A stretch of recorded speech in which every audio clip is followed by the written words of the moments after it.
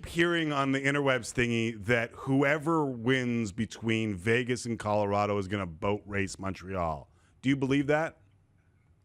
Tough. I mean, I don't want to discount Montreal at any point here. I think they've really bought into this defensive structure. It can stifle a lot of teams. One thing that I do, though, think that we're not talking about yet is just the crowd. And I know it's crazy, and I wasn't someone who actually believed that fans can impact a hockey game, but being in the Edmonton bubble last year and then being in Vegas for Sunday night, it was insane.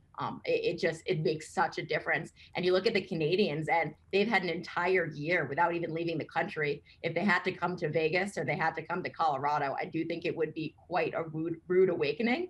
So that's one aspect of it. And then just on the ice, look, Vegas is a very talented team. Colorado, we know how talented they are, but so are the Toronto Maple Leafs, and the Canadians had an answer for them. That's true. Amber, this crowd thing, like I wouldn't have believed it before the year, but having seen the way these playoffs have played out, like, do we now know that crowds actually play a factor?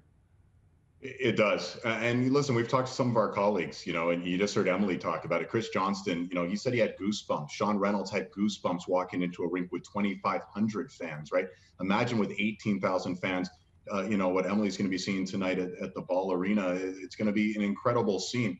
It does matter. It does. If nothing else, it brought the emotion out of games without the fans.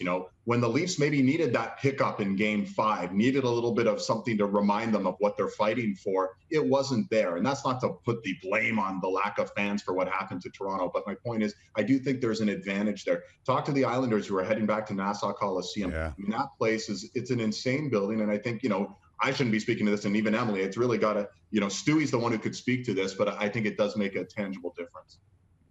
Yeah, I think so. And coming from a market like Atlanta, where I think we average 2,500 a night, you have to find that motivation. And sometimes we'd go into arenas and get motivated by the other team's crowd. And I remember one time playing in Philadelphia, and I got hammered by Hatcher, and Brashear challenged me to a fight. And the Philly fans, they weren't cheering for Philly. They were cheering against the other team. So sometimes it makes a difference, but I think the visiting team could find motivation in the opposing team's crowd as well.